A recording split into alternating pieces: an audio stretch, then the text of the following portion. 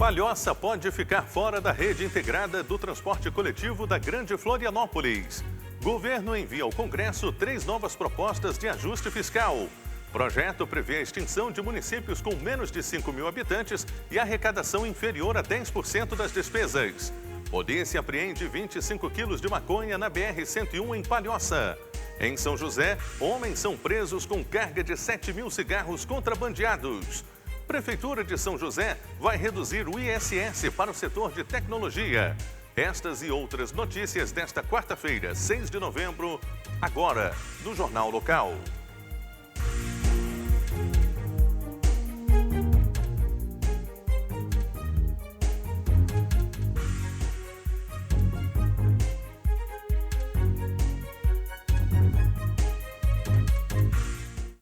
Olá, boa noite. Policiais do 16º Batalhão de Palhoça apreenderam 25 quilos de maconha na manhã desta terça-feira na Enseada do Brito. A droga, que estava em uma mala dividida em tabletes, foi encontrada no interior de um veículo Peugeot 207, que se envolveu em um acidente na BR-101. 2 adolescentes que estavam no veículo foram detidos. Após o acidente, os 2 suspeitos ainda tentaram fugir a pé, mas os policiais receberam por meio do aplicativo Rede de Vizinhos a denúncia de que eles estariam fugindo em direção à Praia de Fora. Um dos policiais avistou a dupla no momento em que tentavam entrar em um ônibus. Retornando ao local do acidente, os policiais fizeram uma busca no veículo e acabaram encontrando a droga, que foi apreendida e entregue na delegacia. E mais um assalto em plena luz do dia foi registrado na Grande Florianópolis. Desta vez, bandidos armados renderam 2 homens no estacionamento de um mercado em Palhoça, no momento em que eles entravam em um carro. O assalto aconteceu no Mercado Sul do Rio, próximo à Mansão Luque, às 9 horas da manhã de segunda-feira. A ação dos bandidos foi registrada pelas câmeras de segurança do estabelecimento. Um dos assaltantes aponta uma arma na direção da vítima, um senhor que carrega uma bolsa com dinheiro. Ele entra em luta corporal com um bandido, enquanto um comparsa mantém a arma apontada para o outro homem. Mesmo caído, ele tenta segurar a bolsa, que é puxada pelo bandido, que sai correndo junto com o comparsa, após a ação que durou menos de 30 segundos. Apesar do susto, o homem, que seria o dono do mercado, passa bem. Ele teve apenas escoriações nas mãos e nos cotovelos. As polícias civil e militar seguem investigando o crime. Até o momento, nenhum suspeito foi preso. O governo federal entregou nesta terça-feira ao Congresso um conjunto de medidas de ajuste fiscal para alcançar o crescimento sustentável. Entre as propostas está a criação do Pacto Federativo, que visa reduzir o número de municípios no Brasil. Veja na reportagem de Márcia Fernandes, da TV Brasil.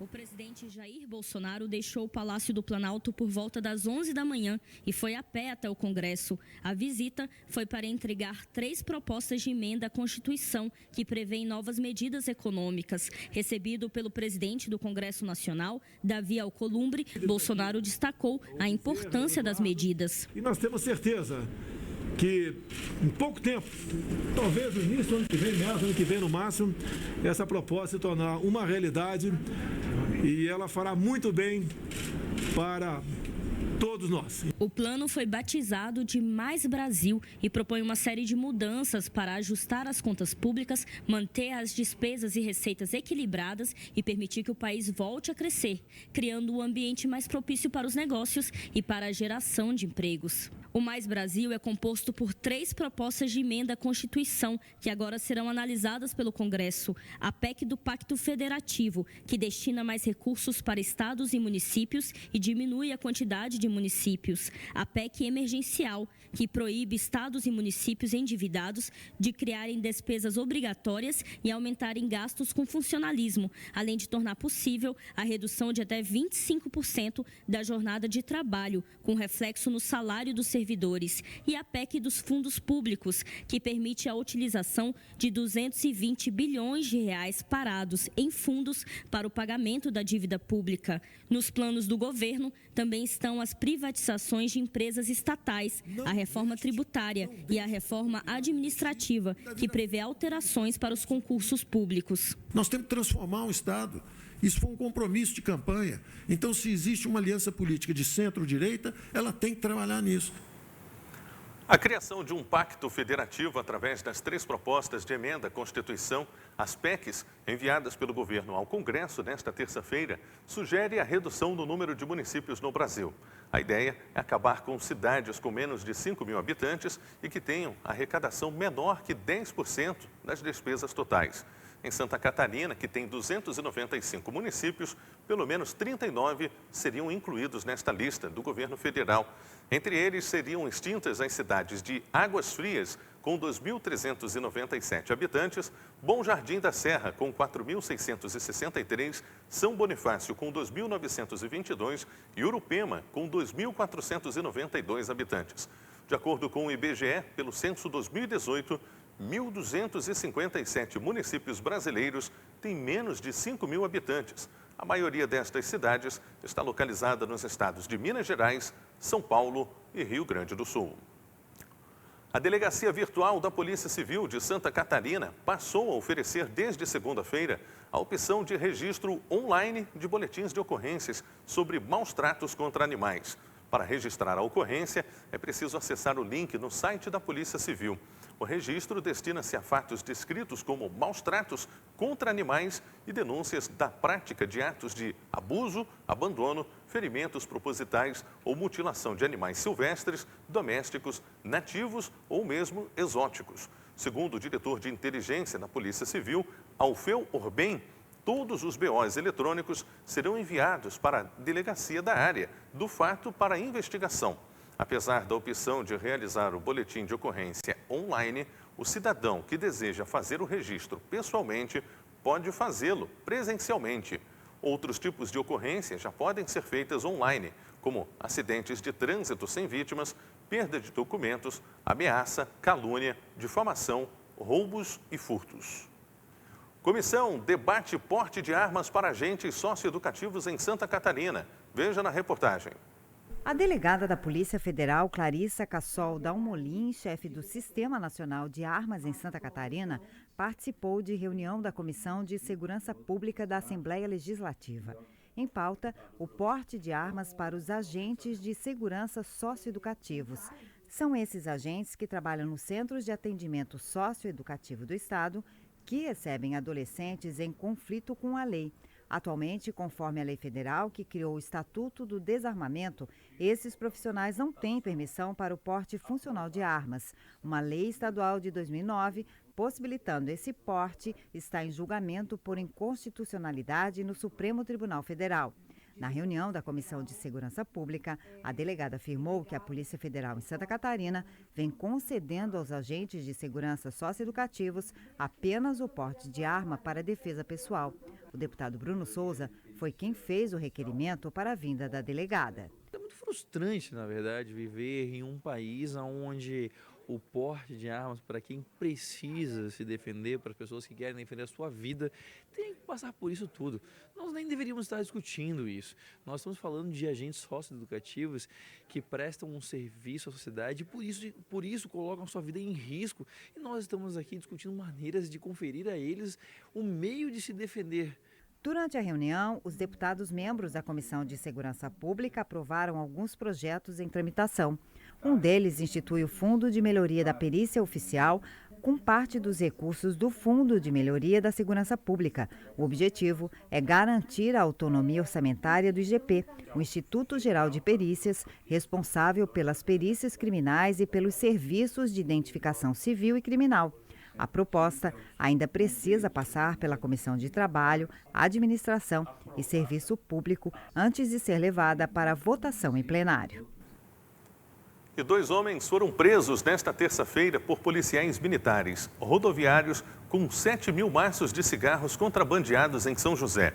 De acordo com a polícia, este mesmo grupo teria conseguido fugir de uma abordagem há 3 meses, quando transportavam produtos ilícitos. O flagrante aconteceu na SC 281, perto do Continente Shopping. A polícia abordou um veículo suspeito, modelo Fiat Uno, com placas de Itajaí. No carro, os policiais encontraram grandes quantidades de cigarro. O condutor e o passageiro foram encaminhados para a Superintendência da Polícia Federal de Florianópolis. Já o veículo e a mercadoria foram apreendidos e encaminhados à Receita Federal. E veja a seguir, aumenta a procura pela isenção da taxa de proteção ambiental em Governador Celso Ramos. Nós voltamos em instantes.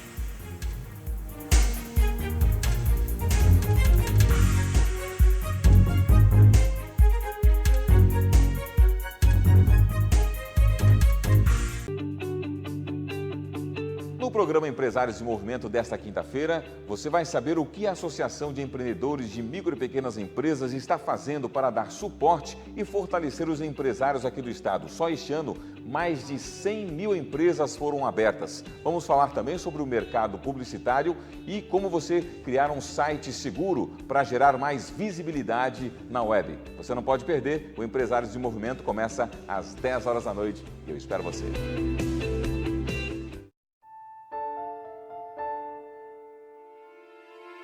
Não importa se você é o agressor. Não importa se você é a vítima. Em acidentes de trânsito, você sempre estará dos dois lados. Pense nisso. Motorista, pedestres e ciclistas. O sofrimento é a pior dor que existe. É isso que você quer na sua vida? Realização Adotesc e Idetran. Apoio umtrânsitomelhor.com.br.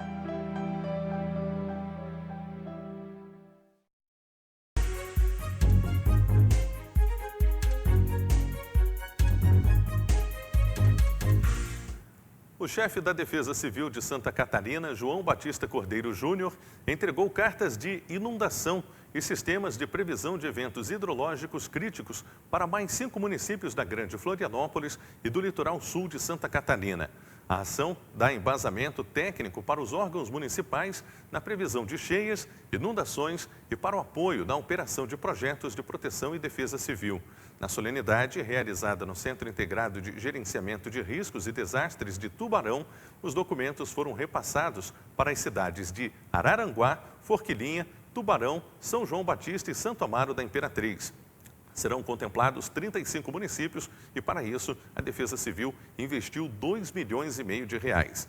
As cartas também podem ser usadas no mapeamento e na análise de riscos hidrológicos, redes de monitoramento e alerta e como ferramenta para o planejamento urbano dos municípios. O chefe da Defesa Civil ressaltou que, devido à localização aliada à ocupação desordenada, o estado de Santa Catarina está sujeito a severos fenômenos da natureza e, por isso, o órgão prepara a sociedade catarinense para eventos adversos. A rede integrada do transporte coletivo da Grande Florianópolis pode ser implantada sem a participação de Palhoça. Nesta terça-feira, o governo do estado deu um prazo para a prefeitura confirmar o interesse em participar do projeto, que prevê a integração do transporte público entre os municípios.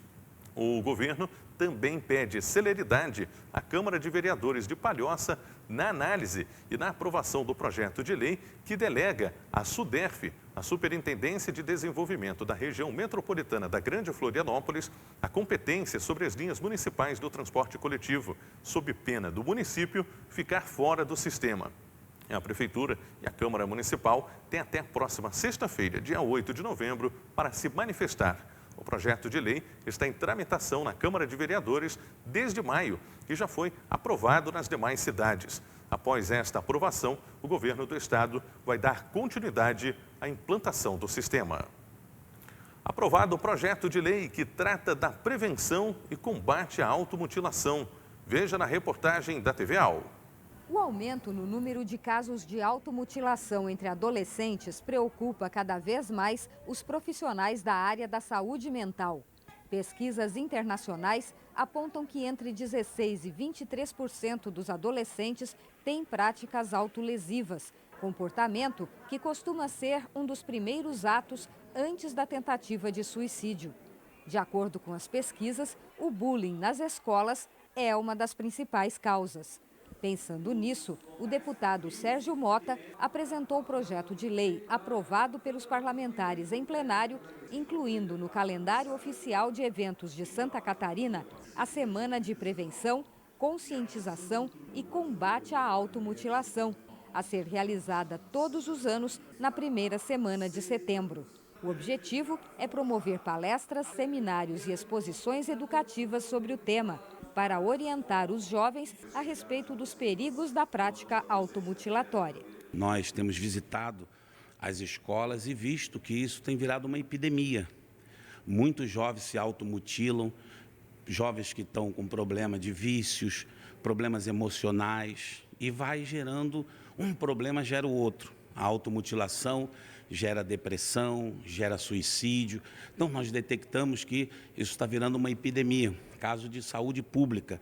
Então, resolvemos fazer essa lei para que o Estado e os municípios e todos numa união possam fazer políticas públicas, conscientizando, palestra, para tirar a nossa juventude, nossos adolescentes desse mal que é o mal do século. A prefeita de São José, Adriana Dal Ponte, encaminhou à Câmara Municipal um projeto de lei propondo a redução do Imposto sobre Serviço, ISS, para o setor de tecnologia.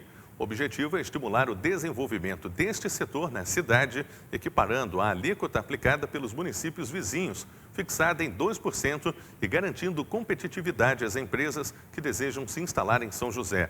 Para a Adriana, vai permitir a criação de novos empregos e empresas, assim como o crescimento das já existentes. Atualmente, o município conta com mais de 300 empresas da área tecnológica instaladas, uma média de 5 mil colaboradores e faturamento que ultrapassa 650 milhões, o que representou 13% do fluxo econômico municipal no ano passado. E pelo menos 3.495 pessoas solicitaram a isenção de cobrança da taxa de proteção ambiental de governador Celso Ramos até o início da manhã desta quarta-feira. A cobrança da taxa para visitantes será implantada a partir de 15 de novembro. No entanto, os moradores que têm casa ou quem trabalha em governador Celso Ramos estarão isentos da cobrança. Até o dia 14 de novembro, o escritório central atende os interessados em obter a isenção de taxa. O atendimento é realizado todos os dias, inclusive sábados e domingos, de 8 da manhã às 8 da noite. Anote o endereço: Avenida Domingos Teixeira, 211, bairro Areias de Cima, em Governador Celso Ramos. O cadastramento de isenção ficará disponível durante o ano todo. De acordo com a Prefeitura, cerca de 8 mil unidades estão cadastradas no registro de imóveis de Governador Celso Ramos. A taxa de proteção ambiental, a Eco-TPA, será de R$ 5,00 para motos, R$ 20,00 para carros de passeio e R$ 120,00 para ônibus. E o Jornal Local desta quarta-feira termina aqui. Você pode rever esta edição na reapresentação, logo mais às 10h30 da noite e também nas nossas redes sociais. Obrigado pela sua audiência, uma boa noite e até amanhã.